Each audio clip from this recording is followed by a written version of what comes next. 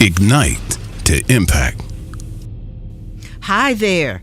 This is Dr. Geneva, and welcome once again to Ignite to Impact, where you can find out about influencers and how they unleash their influence, their leadership, to change themselves, to change others, to make a difference in the community.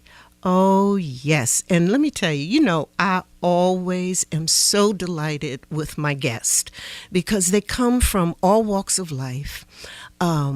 They influence in the neighborhoods, in the community, in the arts, in business, and government, on TV. They're all over. But one thing they have in common is that they unleash their influence to make a difference in somebody's life. And so I'm so glad I have them as guests. But let me just tell you, my listeners, I love you. And I'm going to bring you always the best that I can bring. But today, I have some of the cream of the crop. Guess who I got with me? Okay, so let me let you try to guess. So if I said thicker than water, if I said shining like a gem, if I said financial guru, who'd come to mind? I know Jewel Tankard would come to mind. Yes, indeed. Bravo, superstar, native Detroiter. Hey. U of M. Hey, going there to learn about economics. Author, Millionairess Club. I could go on and on, but I don't have to because she's right here with me. Hey, Jewel. Hey, Miss Geneva. You are so adorable. Listen to you. I'm over here grinning. And you're looking so great. Sweet. Thank you. Listen, first question. You're here in Detroit. What brings you to Detroit? Well, first of all, this is my hometown, so I love Detroit so much, and I'm so proud of the city that I've come from and the city that it's become, even though, of course, it's gone through a metamorphosis of challenges and changes. Detroit is still so strong, and what we have in the African-American community particularly is really powerful. You and I were talking about that a few minutes ago, but I'm back here because my husband, Ben Tankard, who is a very successful gospel jazz recording artist. I'm so proud of him. He's doing some taping at the Impact Network today. And as a matter of fact, he just hit Billboard charts on the jazz #1 yesterday. Ooh, my goodness. Go, baby. Congratulations. Thank you. How wonderful. Yeah, I'm really proud of him. He's just nominated for an Image Award. So we're just really grateful for what God is doing in his life. But anyway, so I'm up here for that. But then, of course, I had to contact you and some other friends in Detroit because we are planning to do the first Millionairess Conference here in Detroit, April 6th. Oh, I love it. I love it. So Millionaires Conference, what's that about? So basically, I started the Millionairess Club. Actually, it started off as a book club a couple of years ago. And I started it because growing up downtown Detroit, my parents are the first African Americans to have a business downtown Detroit called LaGreen's Records and Tapes. And as a result of that, Mommy and Daddy, we had an amazing life. Everybody came into the LaGreen's Records and Tapes, Phyllis Hyman, Peeble Bryson, Luther Vandross, all the Motown greats. And he did very well, and as a result of that, we had his and her Rolls Royce, his and her Mercedes. I had a Volvo at 16. I went to Detroit Country Day, University of Liggett, some of the finest schools, but at 19, we lost everything. And I was really devastated because I was trying to figure out, how do we go from having this amazing life to losing everything within a matter of 6 months. All the cars repoed, had to get out of the house, which was on Bell Road off of 12 Mile. And I was devastated. And I remember asking my mom a lot of questions like, hey, Mom, didn't we have any money saved? Didn't we have any money invested? And her answer to everything was, well, your father thought this, your father said this. And I quickly began to realize my mom did not trust her own financial instinct. And I was kind of angry with her because I felt like instinctively my mom would have been a really good manager or investor. And so my next financial plan after that, because I'm trying to sustain this lifestyle I had become accustomed to living, I started dating drug dealers, because back then they was a dime a dozen, they was everywhere. Yes, okay. And the mindset was it was a crazy mindset, but at that time, all the girls, all the squad, we all wanted dope boys. And so, and it was fun, for a while until they started getting indicted and dying. And I had some real soul searching to do. And so I went to church, honest to God, thinking I'm going to pray this one drug kingpin out of jail. This is what my mindset was at the time. And after about 6 months, I realized that was not God's plan for my life. And I had to start asking myself some real questions like, Jewel, you went from your daddy taking care of you to men taking care of you. Why can you not take care of yourself? And so then I was blessed to be mentored by several multimillionaires right here in the city of Detroit. Started my first business here called Nextel. Was a Nextel franchise, and I partnered with Steve Ratton from Steve Soul Food and opened up the Nextel franchise right upstairs on the Grand River location, and that's where I made my first million. And after that, I was passionate to want to teach other women that they don't have to depend on a man. Even if your man is successful, you still need to be independently wealthy. Oh my goodness, what a story! And so how do as you tell your story, how do women react to your story? What do they say? I mean, I think a lot of them really can relate to it, whether they're, single on their own, trying to work a job or two to keep food on the table for their children, or whether maybe they have a good lifestyle. Everybody's not struggling, but maybe she lives in a beautiful home in West Bloomfield, but she has no ideas what the water bill is. She has no idea if her husband has insurance on her or not. She has no idea what's happening with retirement. She's not even thinking about retirement. She's just thinking that I'm living really good today, and that's all that matters. And so a lot of women kind of, because we're emotional, we just like to feel good, but we don't necessarily always think ahead like we should. And so the whole goal is to get other women together that are just like you and me. They want to be great moms, they want to be great wives, but I want to teach them that you can also be a great CEO, but just not a CEO. I want you to invest, because business has cycles. Money has patterns. And if you can learn the flow and the rhythm of money and the evolution of money, then you can be investing. So even if your business is soaring, you're still putting money in places that will multiply your money without you working. And so that's the whole goal of the Millionairess Conference, the Millionairess Club, is to teach women to take personal financial responsibility for their success. Because before me being married to Ben, I got married to a guy who's my ex-husband. And, there was a lot of conflict because the way he wanted to spend money, he wanted to spend money on flat screens and shoes. And I'm like, but we got all this debt. So why are you spending money? You want to sit up and smoke weed all day and play video games, and I'm trying to go to the business meeting so we can get out of this little 2-bedroom apartment. And so to get women to think about those things before they start dating, before they get married, all those things, make sure those core values are in place. And not only are the core values in place, but make sure regardless of whether he's highly successful or he's blue collar, it doesn't matter. You need to have money for yourself, because women economically are still at the bottom of the totem pole when you look statistically. And African American women, even though there's a great emergence of women and women of color, when you look at the economics where they are, we're still behind. Yeah, that's really interesting, because we are seeing more women step out there, get into politics. We see them in the media. We see them on TV. They're women. I mean, it's the time of women. Yes. Particularly women who are reaching 50 or 50 and 50, 60, getting older, which, in terms of our longevity, we're going to live longer. So I would think the economics of the thing become even more important, because it's more likely that we'll outlive whatever man we're with. That's exactly the truth. And the reality is, and I know a lot of people are kind of like, oh, as long as I have love and peace, but I want you to think broader than that, because money impacts every area of your life. It impacts whether or not you can shop at, I don't know if Detroit still got A&P or not, but, Piggly Wiggly, I don't know, or Whole Foods, right? It impacts whether or not you can send your children to Europe for the summer, or if they got to go to the Boys and Girls Club. No shade on the Boys and Girls Club, but the point is that prosperity gives you options. It gives you the ability to choose. And I want women to have that ability. I don't want them to be like I started off when my ex-husband first left. He called one day after we had a new baby, and he said, I'm leaving. I'm not coming back. And, so my mindset after going through that tumultuous situation, moved back in with my parents, I said, I'll never be in this situation again.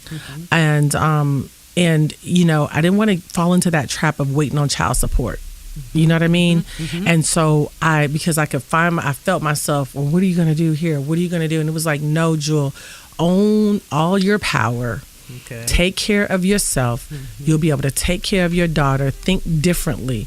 Learn. Don't sit around being mad at a man all day for what he didn't do, because at the end of the day, he gets to do what he wants to do, right or wrong. He gets to do what are you going to do?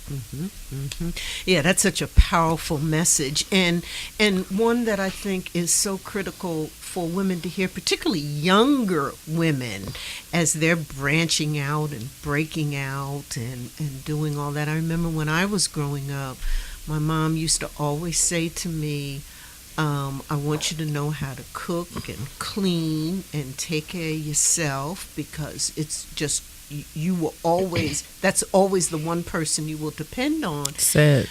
But we didn't talk a lot about money and finances.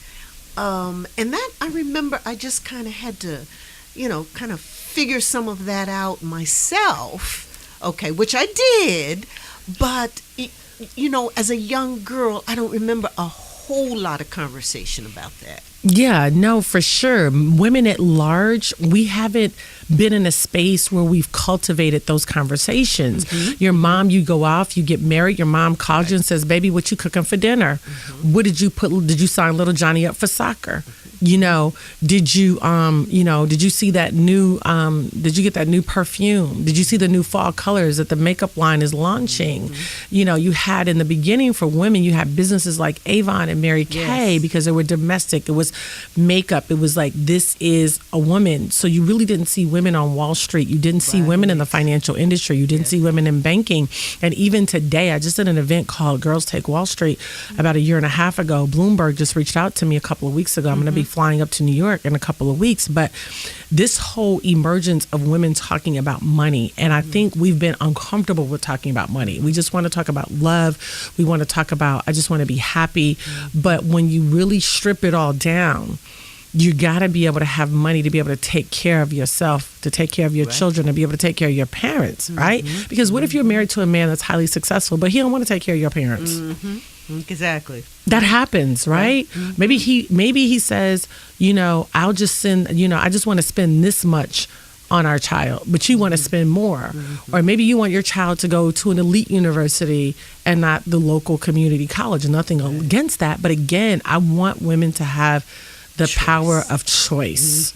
And when you don't have money, you don't have choices. You got to beat at somebody else's drum, whether it's a man, whether it's a supervisor. And this is not man bashing, because I love my husband, I love men.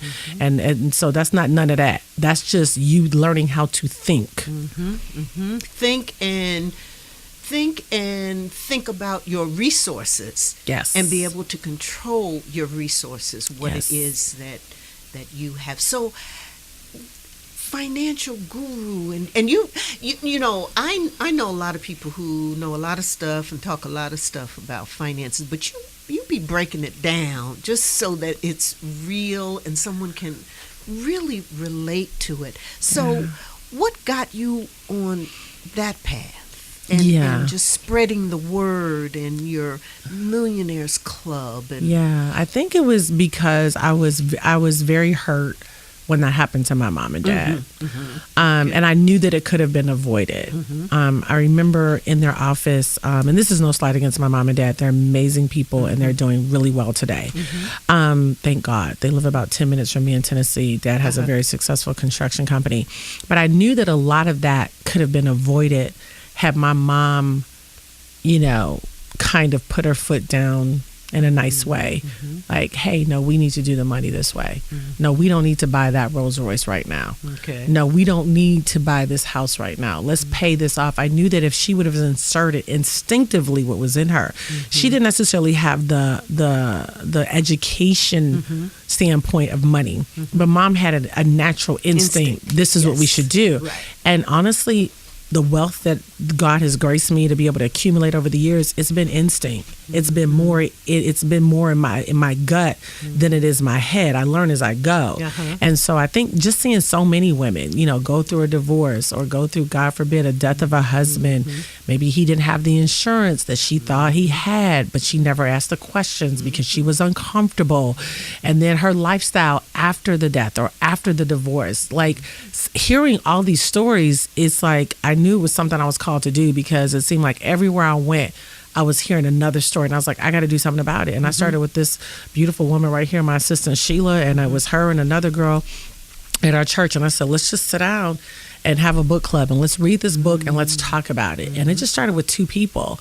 And then we moved it over to an online situation where I do 2 live webinars every single month where I'm just talking from my heart. We might talk about the power of negotiation. We might talk about mental toughness, emotional toughness, how to build a virtual team.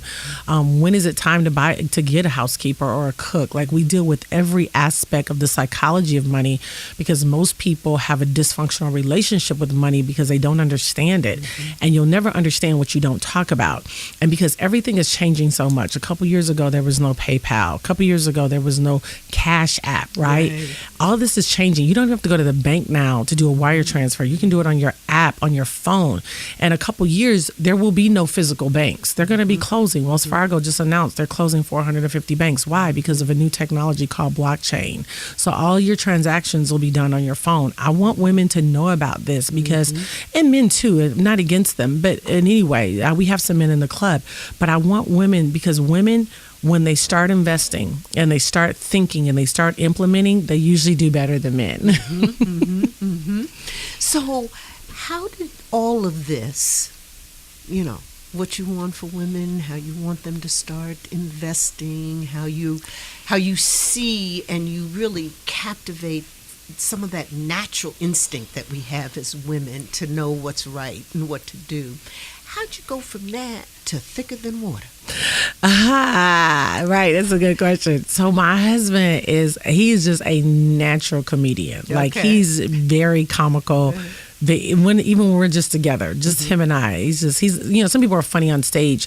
Ben is just funny, right? And so we would be out and we would take a video and we would just start taping our family. And we had a blended family because when I got married, Ben already had 4 children, had been through 2 divorces. I had 1 and had been through 1 divorce. And we said we weren't going to do stepchildren. We were just going to do children. But we still had a lot of those issues come up, you know, how the mom raised them and she want more child support because she see him on TV, you know, just all of that. We were dealing with all like the drama of a blended family, but at the same time we were close. We had a close knitness. We had a genuine, authentic love, and so we had enough dysfunction to make it really interesting. We had some drama. Ooh, Lord. And so we just kept taping it, and we just started putting it on his iPhone, and we would just put 10 minutes here on his YouTube, and we just really started feeling like we were called to do TV because we're a great looking family and we're funny and we're a trip, you know. And so one day my daughter was talking to someone and she said, Mom, she called, she said, I got a production company, they want to film us. We're like, what? And so we're like, Brooklyn, And then we got on the phone. They said, yeah, we love your family. We looked at a couple YouTube clips. One clip in particular that I think really did it for them. Ben was on the piano playing, and the girls was in the kitchen. And one of them needed a perm in the back, honey. And so he did a thing called Kitchens in the Kitchen. And he took a picture of a perm kit and edited it into the video. Real silly. It was a real silly video. And they was like, Mama, Daddy, messing with us. It was a trip. And so they looked at that video and they said, we've been looking for an African-American affluent family that were authentic with real issues. And we have core values of God and family and unity. And we push our children to be entrepreneurs. And that's how it happened. Oh, and so you had 3-4 wonderful 3 seasons. Yeah, yes. we had three really strong, over 2 million viewers per episode seasons. We came on right after Housewives of Atlanta. Bravo was an amazing network to work with, and so now we've got some other things in pre-production right now that we'll be announcing soon. But yeah, it was good. And reality TV actually brought our family together. Like, a lot of people were like, oh, I wouldn't do reality TV because it's a mess. But to me, if you have an open door to go tell a different story, then you should walk in that door so you can tell a different story. And so I think that at large it did so well because we were relatable. We definitely, by no stretch of the imagination, are a perfect family, nor did we try to even act like we was even that way. And so I think it was relatable, but we were still mama and daddy. A black man love his black wife and dealing with his black children, grown or not, you know, and we had real issues that we had to deal with. And we responded to that. So I think people were able to watch it and be like, oh my gosh, that happened to me with my daughter. They could see themselves in your family. What was the biggest lesson that you learned? Ooh, child. That, Miss Geneva, was, I think I had to get used to being authentic in front of the cameras because I dealt with it first. The first year I was like, no, cameras need to leave. This is a real moment for our family. I need you guys to leave. Right. And they were like, no, you knew you weren't going to be cussing. You knew you weren't going to be fighting, but you hurt right now. We need all of that. You mad right now. We need all of that.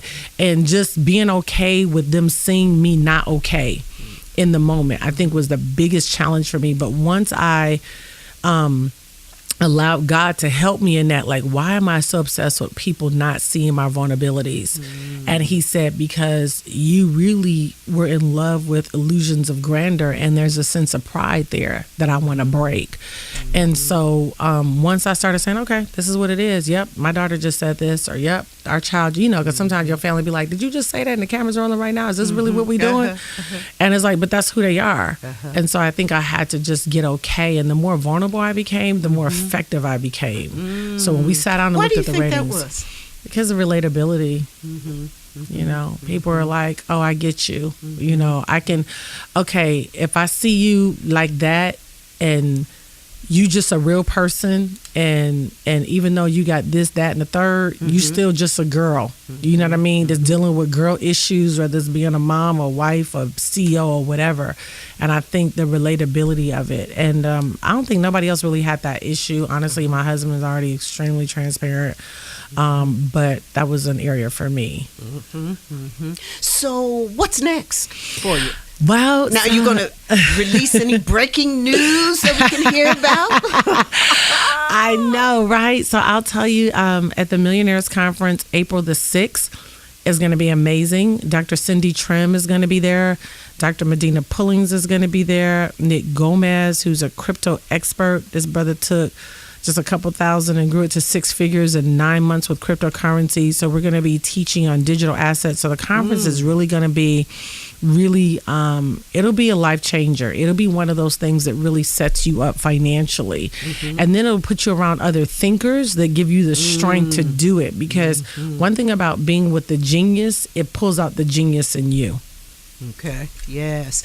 And so that's April 6th. And where's it going to be? It's going to be at the Shriners Event Center right there on Southfield Road. Nice. April 6th from like 9 to 5. So it's going to be really good. And if people wanted to hear about it, find out about it, register for it, where would they go? What would they do? JewelTankard.com. Oh, well, that's simple and easy. All right, JewelTankard.com. How wonderful. So if your conference was phenomenal. Everything that you ever wished it to be. Yeah. What would have happened? So that we've got 400 people in the building, and that at least 50% of them before the end of 2019 are cash and asset millionaires. All right. Well, That's the that's goal. why people need to go just for that. Yes. Oh, no, for sure. No, I think it's going to be a game changer. We're going to give them the ABC 1, 2, 3. They're going to be very clear about where they need to start, because most people feel like they don't have enough money to start. Okay. But you can start with $50. Okay. It's not about how much money you have. It's about making a decision, and then it's about starting. Those are the two most critical things anybody can do where wealth development is concerned.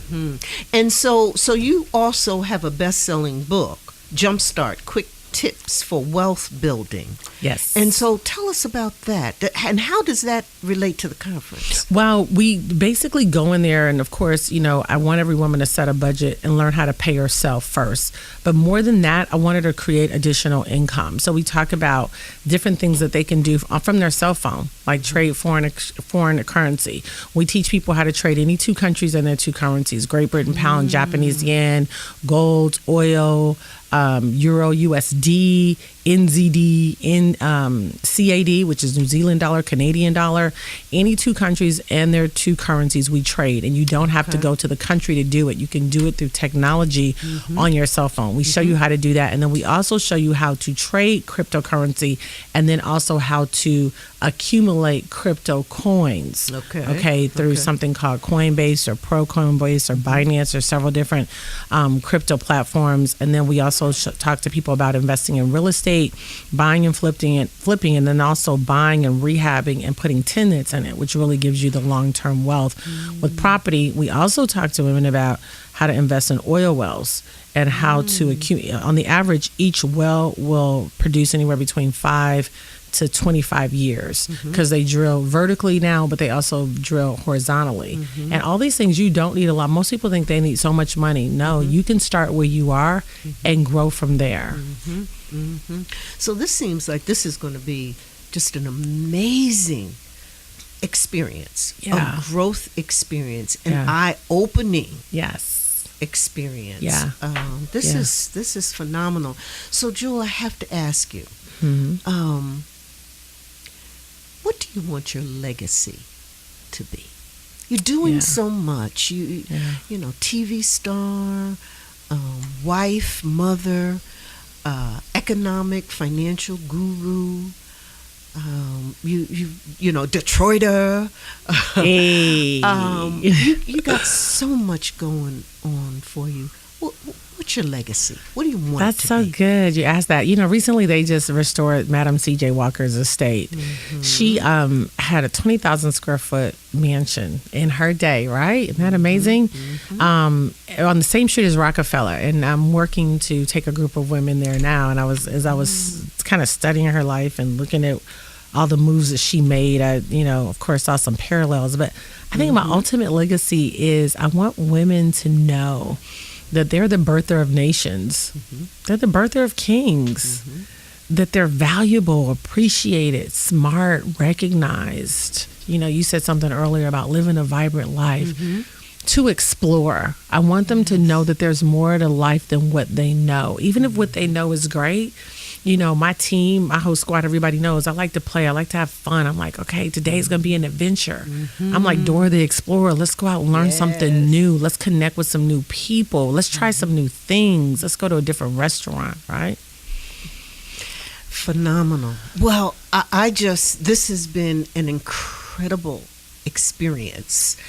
And I know for our listeners too, Jewel Tankard, I'm just so honored that you could be here, share your wisdom. We want everybody to go to the conference, but of course they can connect with you just by jeweltankard.com. Yes, everything. Which is an easy very easy thing to do. Thank you so Thank much you. for being here and sharing. Yeah. You are a gem. Thank you. Do sparkle. You too. Thank you. It's just been wonderful.